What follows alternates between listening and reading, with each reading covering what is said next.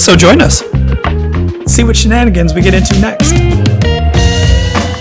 Who knows, maybe somewhere along the way, you'll find your favorite winemaker. Sonoma, you have been the most amazing host. It's time for our last stop, and we're headed back to Winemakers Row over on East 8th Street. We've got one more chance to chop it up with Chris and Morgan, and we're headed to the Bedrock Winery. While the details on how they make all that delicious juice would be music to my wine geek ears, Chris and Morgan are singing a slightly different tune. You see, for them, their winery space is a bit like a wine bottle. There is very little value in the bottle itself because it's only a vessel for the real star. Much like the wine, Chris and Morgan believe it's the people in their space that are the stars. The true value in the winery is in the deeply committed crew of people they depend on day in and day out.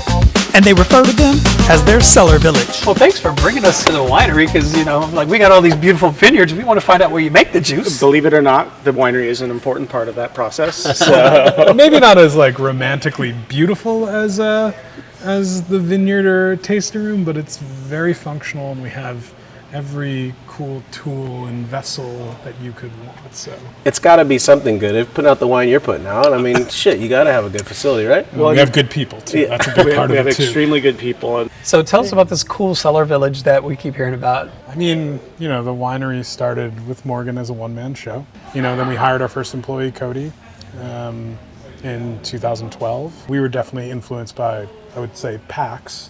Yeah. We kind of were like, we actually want the people that work for us to have their own little project. You learn a lot when it's all on you, right? So in 2014, we went up to Cody and we asked him about these two different vineyards. We're like, hey, in an ideal world, say you were going to make your own wine, which of these two vineyards we get most excited about? And it was Eagle Ranch. Eagle Point Ranch. Eagle Point Ranch, Syrah. And he was like, oh no, Eagle Point Ranch Syrah, I think that would be cool. And we're like, okay, here's a ton. You do whatever you want with it. And that started off our journey of being like, we want people to be able to have their own projects, be able to experiment in their own way, all kind of under the Bedrock Village umbrella. There's a strong empowerment there that you're allowing in them to push them along, but is there a little bit of fear of they may leave you and we need to refill? Well, it's funny because, I think that everybody is concerned that, if people are making their own wines and their eye's going to go off the ball or whatever, and they're going to start focusing on their own stuff. What we found is that's quite the opposite. Cody, I will very proudly say I think he is the foremost Riesling specialist in the state of California. He makes some of the best Rieslings from really old vineyard sites. Katie is making things like Verdelho and Arnace and stuff that we don't work with here, but it's so fun to see it brought into the winery. Right. Jake's making Fino-style sherry, which I think is just an incredible accomplishment from the old vine Palomino at It's one of the greatest winemaking accomplishments. No way! Yeah, dude. We're about to get some sherry. It's going to be so cool. And then a real emotional moment for me of feeling a ton of pride was maybe 2016, 2017. With Cody, we have these pickup days, right, where people come pick up their wine. Mm-hmm. And Cody had just released his maybe second or third vintage of Desire lines. And this woman comes up to sign in and check in. We're checking her in and she's like, I'm here to pick up my wine. And we're like, okay, last name. And we're looking through it. And we're like, oh, we don't see you. When did you order this Bedrock wine? And she was like, what's Bedrock? Oh, and wow. she was there to pick up Desire lines. And she had become a Desire lines customer, having no knowledge of Cody's connection to Bedrock. Wow. And that's cool. Here, people finding Bird Horse or Solera that don't realize the connection to Bedrock, that to me is true success. It also gets us allocations of their highly allocated wines. So. Exactly. Well, you think about it too. I mean, from the best winemakers in the world, they all came from working somewhere else. Yeah, totally. Not everybody just finishes school, starts their brand, and away they go. Yeah. We can talk about amazing people from any wine region, and they're all coming from somewhere else where they learned some things, they spun off, and then they created more of their own and their own personality in it, which is great. Let's go meet the people behind it and I think drink some of their wine. Didn't you stage pizzas to match with each of their wines? I did do a pizza pairing with each of the wines. Pizza paired with sherry? Oh yeah, Pizza paired with Riesling? Uh-huh. It better be spicy as fuck. No, it's dry Riesling. Oh, okay. Yeah, dry Riesling. Dry Riesling. Where your head's at? Chris and Morgan could have created any style of winery they wanted, but they chose to build a village. They built a place where people are encouraged to learn and flourish, where mentorship is the name of the game. And in return, those people nurture and take care of that village. I once heard that where you find good humans, good wine flows, and that is alive and well here at Bedrock. Now here's a worm on the hook that you may not have ever caught wiggling.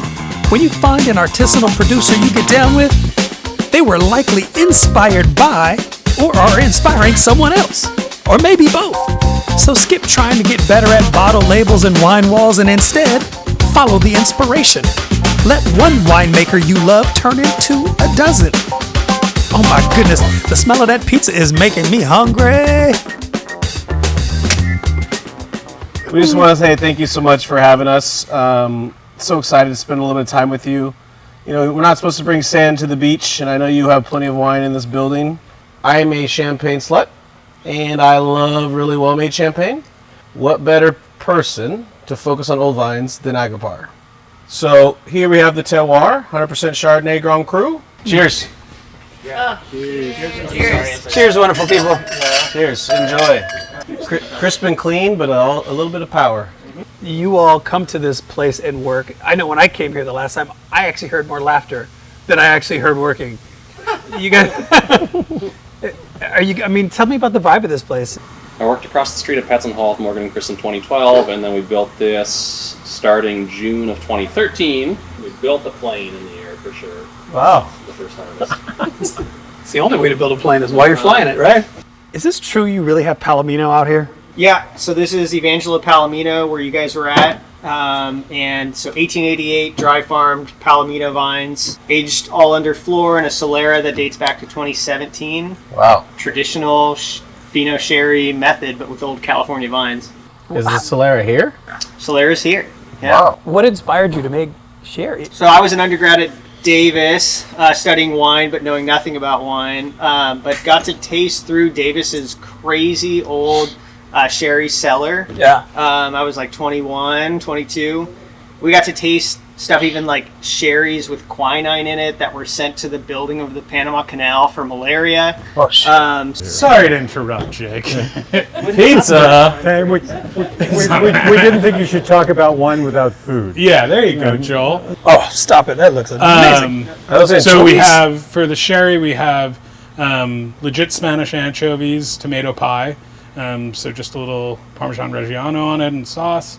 For the Cole Ranch Riesling by Cody, we have a spinach and ragat, as I say, ragat. Garlic pie. And then for the Valdigué, we have just an old school New Yorkish style pie of sausage, tomato sauce, and mozzarella.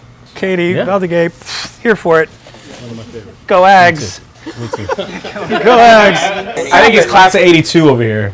Oh, there we go. Not 82. Once Damn, again, so is little my dad. brother. So is my dad. Did he pay you to say that? Look at everybody else around there like, I want some. Please. Okay, fine. Thank you very much. Who wants to blow their palate? Oh, wow. Oof. The pairing.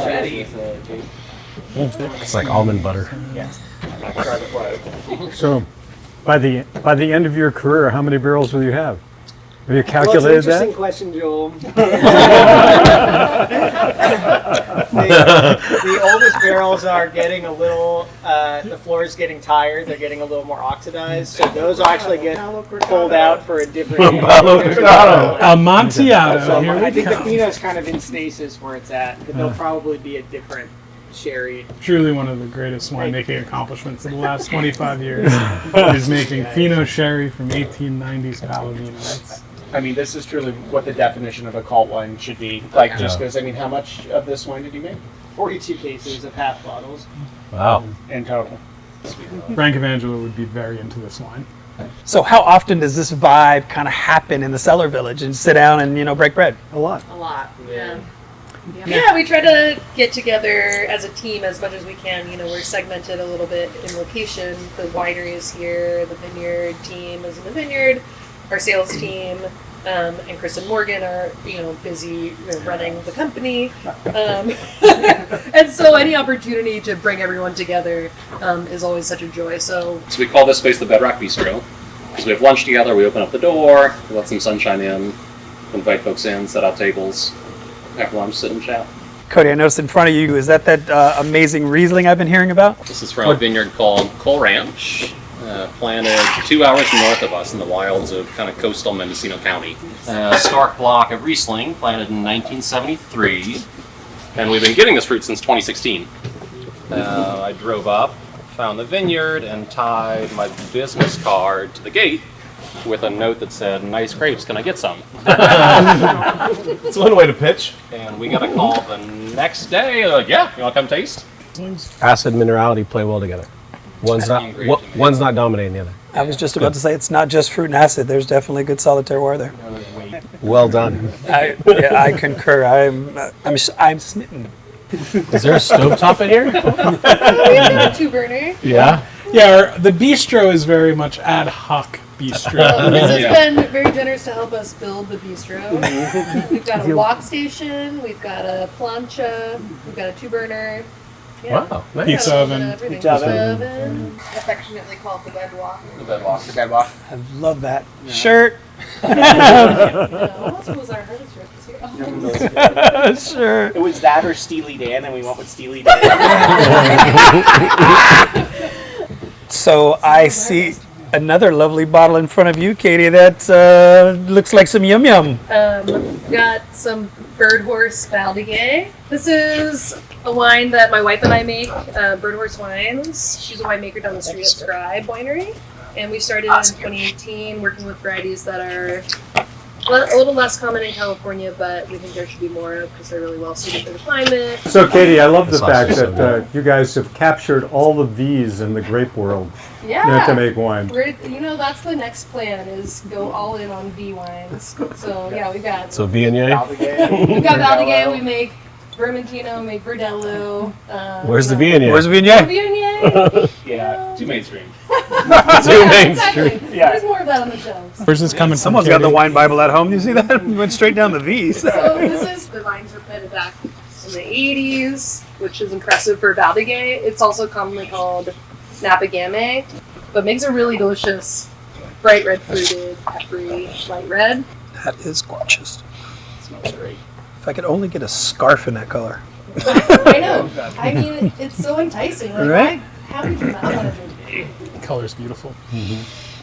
The influence of like a minty character has really come into this vineyard the past 2 years. It's almost There like aren't eucalyptus trees bounding the vineyard, but there must be something that's coming in that is bringing that. it almost smells more like Laurel Bay than it does like straight eucalyptus. It's Yeah. got like that slightly. It's like not quite as medicinal as eucalyptus can be. It's very pretty though. I have wild mint in my backyard, and it creeps into the grass. When I go by and mow it, Yeah, and then once I finish and put the mower away and come back and it's kind of lingering, that's kind of what I'm getting. Yeah, totally. I like that a lot. Yeah. It's good pizza wine. Great, truly great pizza wine. Yeah, perfect. No, but there's- sausage pizza. But there's depth to it too. I don't want to there's there's weight to it. There's still there's a lot of complexity to this wine, but also it's crushable at the same time. You guys have built a great culture here. We're very You lucky eat to well, have these you guys. drink well, you work hard, you want to hang out with that group. We're very lucky to have the folks that are at this table. It really does take a village, and our village is pretty fucking kick-ass. Well, Cellar Village, my hat's off to you. Well done. Morgan, Chris, team, No, yeah. Cheers. congrats. Cheers. Congrats. Cheers. All your success. No, thank you. Cheers, buddy. Cheers, Chris. Eye contact now. I'm feeling Eye very contact. nervous. Come on now. Right, We can't be messing up that sex side going that out. Come on, spirit of people. Biker Mondavi is here. Every winery has a cellar, but Bedrock has a village. The village works because of the people. The hands, the palates, the patience. The shared ethos that wine is built together. Sonoma has shown us that amazing wine doesn't come from scores or shortcuts. It comes from passion, from dedication, from people who choose to stay curious, stay honest, and stay connected to the land. We are so grateful to the welcoming winemakers, farmers, and everyone else who took the time to splash wine and break bread. This chapter closes with good wine, good food, and good company, but the journey continues. Next, we head south to Santa Barbara County, where the hills roll a little softer, the light lasts a little longer, and the story unfolds in Los Olivos.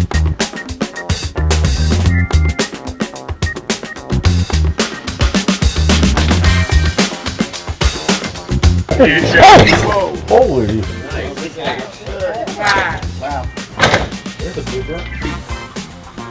We just want. Yeah. I'm here for you. He will. Okay. He'll help you make the pizza. You're just the pretty face. That's it. Exactly. He can't cook. Sorry, there's enough for you, bro.